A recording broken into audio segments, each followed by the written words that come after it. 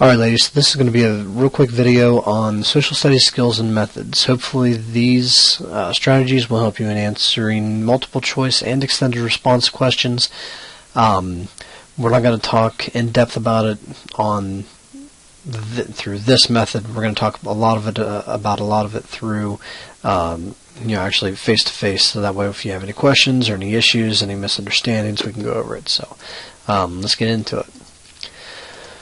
So, why is it important to know how to evaluate and write information? Well, quite frankly, some of these tests, the questions are written in a way that is meant to confuse you. Right or wrong, that's the way that they do it. The other reason is that, in my own personal opinion, the people who grade your essays and your tests, in some cases, are not as knowledgeable as what they should. So quite frankly, you have to be able to spell out exactly what they want to know according to the rubric that they have. So you have to know exactly what the questions are asking you, exactly what you have to do to show that you know the information, and then write it in a way that the people will understand. And hopefully by the end of this whole process you'll be able to do that a little bit more effectively. So here's another thing, primary versus secondary sources. Hopefully by now this has been drilled into your brains enough so that this is redundant, but so be it. So, primary versus secondary sources.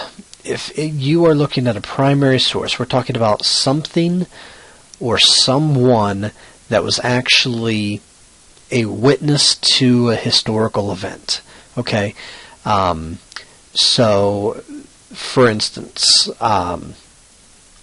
if I had my dad come in to talk about the Vietnam War, he would be a great example of a primary source because he was in the Vietnam War. He fought in the Vietnam War. He knows what Vietnam was like. He knows what the struggles that the troops had over there. He knows the types of relationships that the local citizens had with our troops.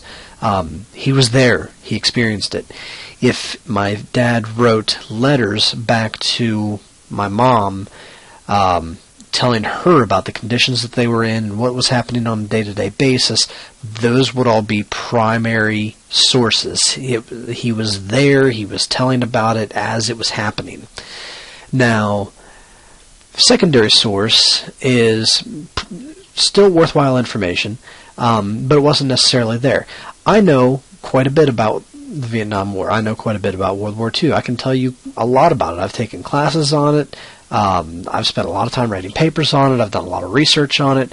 That's all well and good, but I'm still considered a secondary source because I wasn't actually there. So that's the difference, primary versus secondary sources, and it's going to be important because there's usually at least one or two questions on the OGT that asks you about primary versus secondary sources. Next thing, credibility. So this is basically, is the author honest? Are they trustworthy? Are they believable? I'll give you another example there again. If I were to write a paper on the aviation during World War II, I know a lot about that. I've researched that kind of stuff since I was in middle school. I researched it in high school. I researched it in college. I still like to watch documentaries and read information about it, read books about it. I know quite a bit of stuff. But now, so that makes me fairly trustworthy. I have a master's degree. I'm educated. Whenever I write papers, I sound semi-intelligent, believe it or not. So that makes me a credible author for that type of thing.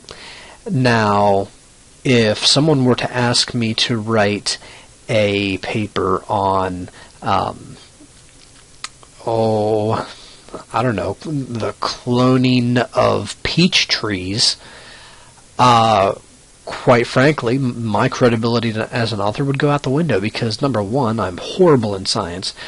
Number two, I'm horrible in genetics. Number 3, I've never had any experience or training or done any research on my own about that type of subject. So my credibility as an author goes down. I'm no longer believable. I'm no longer honest. It wouldn't come through as correct information. So that's credibility. You have to determine whether the source of the information is legitimate. Okay? Now, credibility is very close to reliability. And that is basically, is the information that you see, is it well supported with facts? Is it provable? Can you go and check on it? So the example that I would say here would be, I'll use the example of the World War II paper. If I said that the P-51 Mustang was dollar for dollar, we got the biggest bang for the buck out of that, considering how fast that it was put into production, how fast that they actually put it from the drawing board to the time that it got to the front lines in Europe.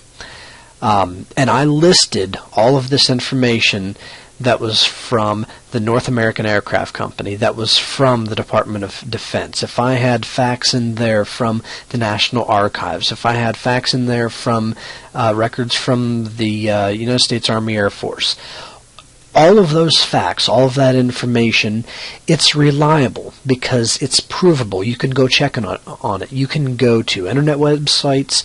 You can actually go to the National Archives in Washington, D.C.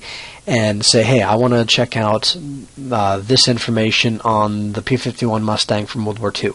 And you can check on it. It's reliable. If I start putting in a whole bunch of opinions and I don't have any sources that you can go and check on, if I put a bunch of statements in there that there's no way in the world that you can go back and check on and check a source, it's not very reliable. So now the other thing is too, credible authors will use reliable information. So that's the other thing that I want you to kind of know as well. If the person is well educated and they've done a lot of research on it, they typically will be reliable. But there again, on the OGT, there's usually at least 1 or 2 questions that asks you about the reliability of sources. Bias. You should know what bias is by now. You've been talking about it in English class for just about forever. You've been talking about it in social studies class. Bias is a prejudice of an author. And pretty much every author has some sort of prejudice. I'll give you the example that Mr. Lancaster gives. If Mr. Lancaster were going to write a newspaper column on which is a better sport, American football or soccer, which one do you think that he's probably going to come down on the side of? Probably American football. He's a football coach. He likes American football. He's not a huge soccer fan. So he's going to have some bias. It's prejudice. Okay? The other thing that you need to kind of understand is propaganda. We've talked about propaganda a little bit. We talked about it last year a lot in U.S. studies, and we did some activities with it. Propaganda is basically, it's information used to guide readers to a particular conclusion. It's meant to sway your opinion, and it presents information from only one point of view. So if we put up a whole bunch of posters around the school and says that if you're a true Indian Valley student, you'll show up at the basketball game and support the basketball team.